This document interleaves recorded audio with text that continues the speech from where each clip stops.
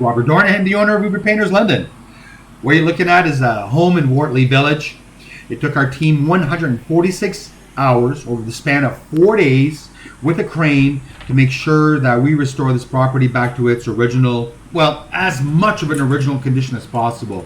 We glued, we screwed, we nailed, we replaced wood, we primed the exposed woods, and then we applied a super high quality elastomeric paint on top of all that to make sure that the old paints don't push away from the oil paints, which were the original paints. That's why in town you see all of these old homes peeling away, because people are putting water-based paints onto oil-based substrates, onto oil-based woods and varnishes.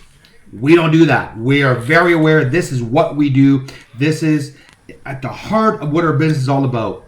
When you want things done properly, you call ÜBERPAINTERS. Let's talk about your project.